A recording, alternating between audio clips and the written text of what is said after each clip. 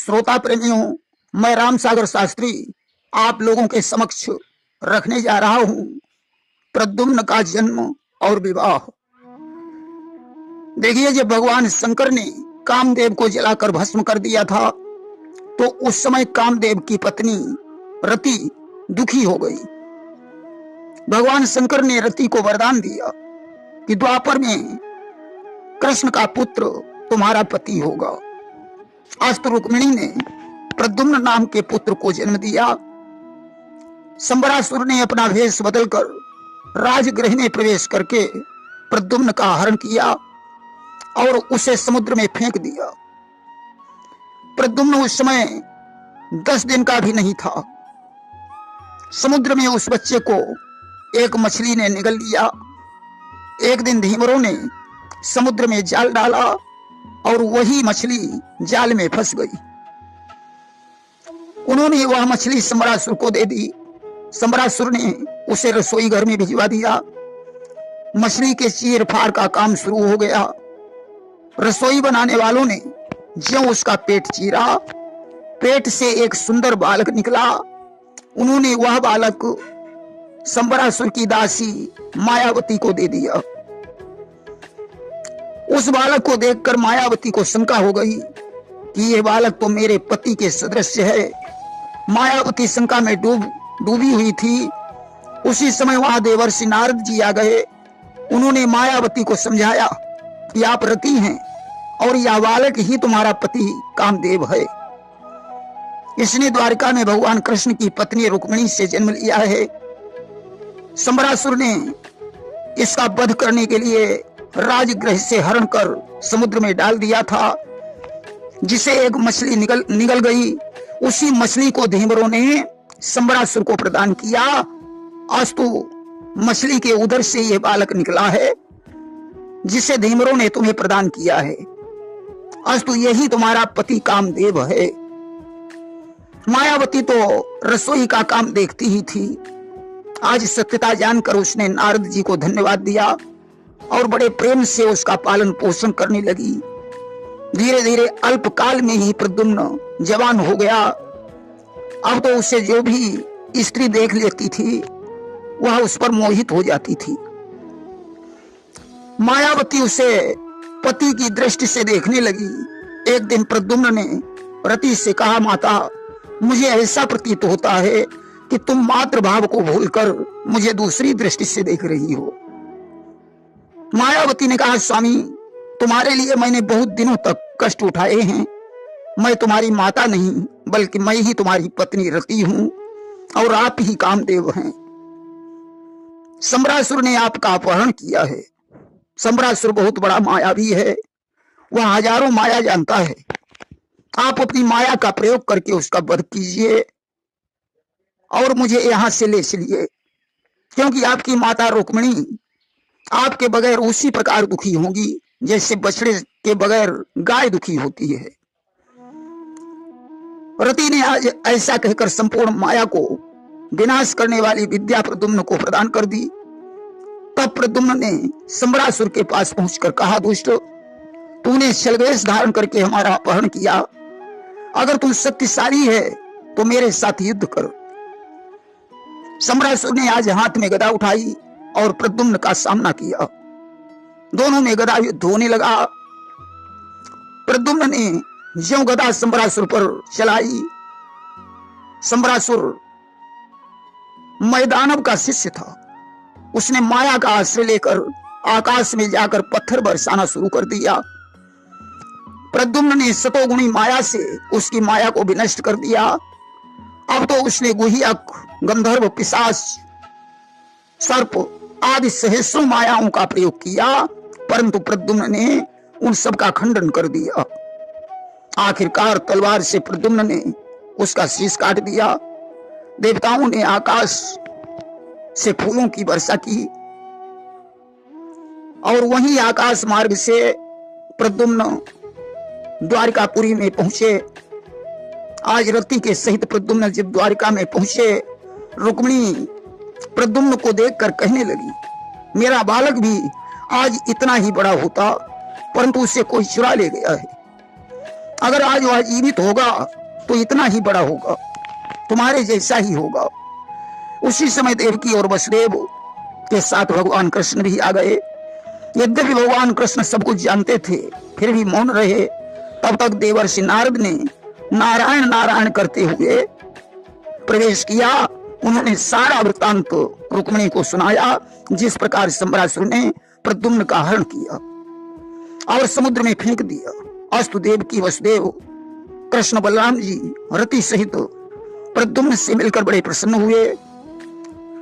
देखिए, रुक्मिणी के भाई रुक्मी ने अपनी बहन रुक्मिणी के पुत्र होने का समाचार सुना तो उसने अपनी पत्नी से कहा कि मैं अपनी पुत्री रुक्मवती का विवाह कृतवर्मा के पुत्र से न करके अपने भांजे प्रद्युम्न के साथ करूंगा। आज तो उसने रुक्मवती का स्वयंवर किया और रुक्मिणी के पास पत्नी द्वारा लिखा हुआ पत्र भेजा, जिसमें पुत्र के सहित स्वयंवर में आने का निमंत्रण था। ब्राह्मण पत्र को लेकर द्वारकापुरी पहुंचा। पत्र पढ़कर रुक्मिणी ने प्रद्युम्न के सहित भोजकट नगर को प्रस्थान कर दिया।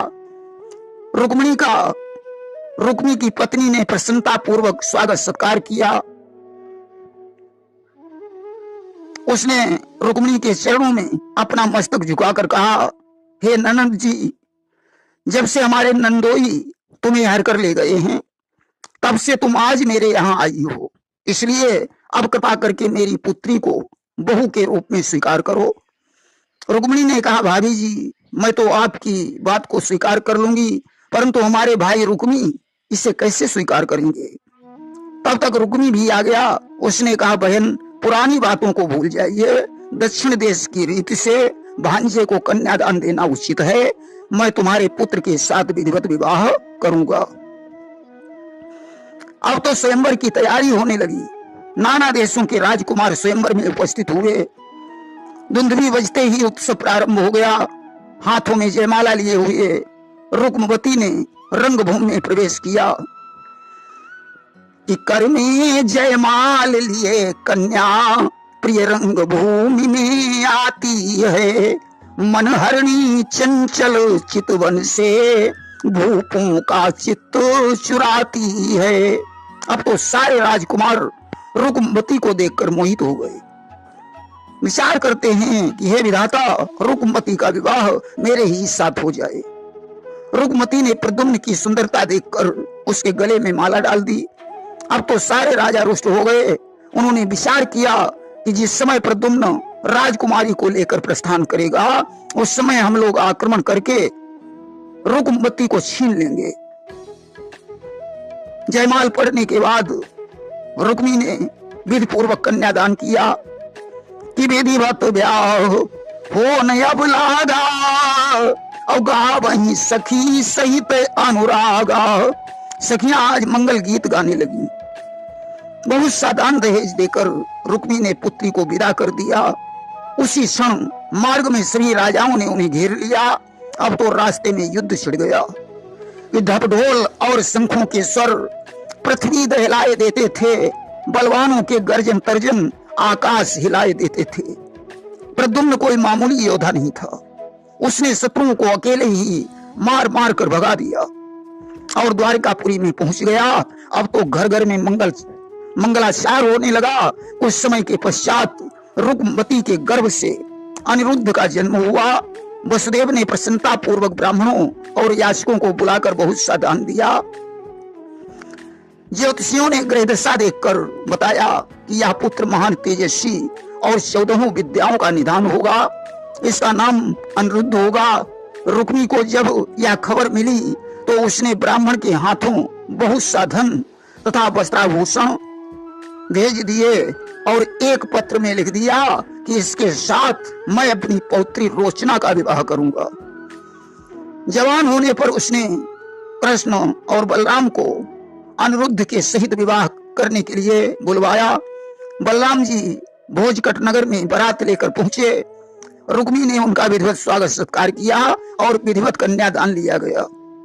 उस समय रुक्मी के पिता भीष्मक ने कृष्ण को समझाया कि आप द्वारिका को अति शीघ्र प्रस्थान करें, अधिक देर यहाँ ठहरना ठीक नहीं है, क्योंकि रुक्मी ने जिन राजाओं को यहाँ बुलाया है उनमें बहुत से आपके शत्रु हैं।